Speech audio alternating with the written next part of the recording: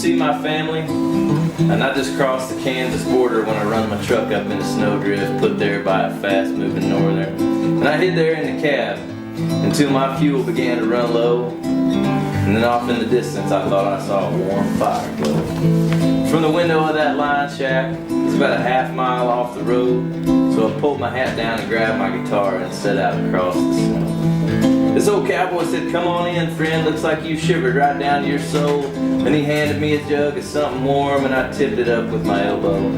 He said he used this shack for a hunting camp every year around the season, and he brought his upright bass along to pass the time if for no other reason. It could happen. I just sat down by the fire and he saw my guitar and asked me if I knew how to use it, and I just grinned and cracked my knuckles when we started into making music. Bass solo. Nobody brought a bass.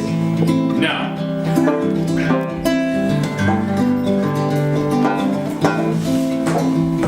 He's as bassy as I can get with the banjo.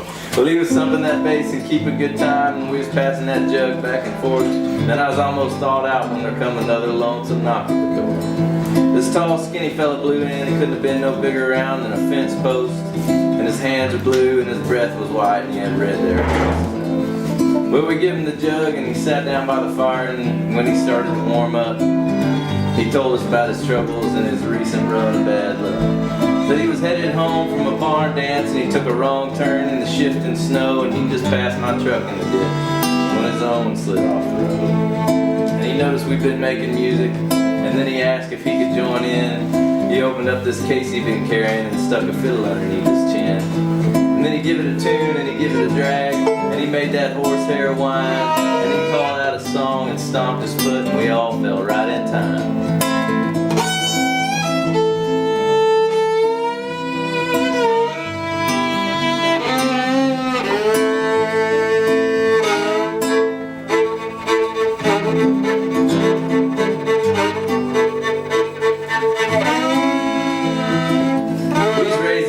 Praising the Lord, and we worked up a righteous sound when that snowdrift claimed one more victim, a traveling preacher trying to make it to town.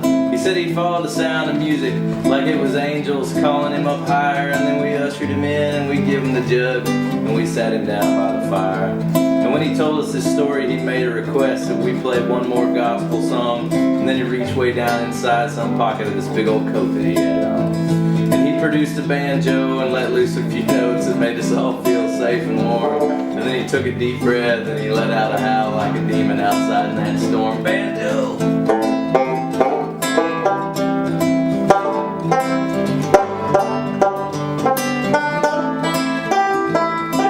You're cold.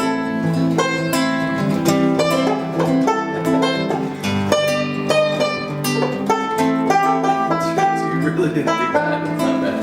I'm proud of you. Alright, back to the story.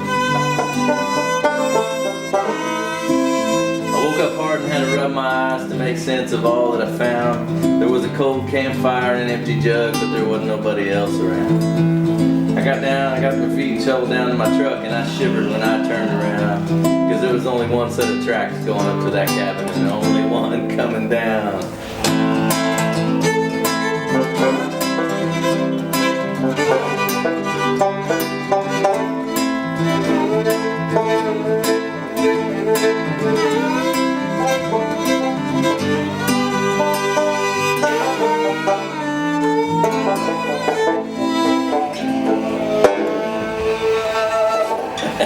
Creepy, huh?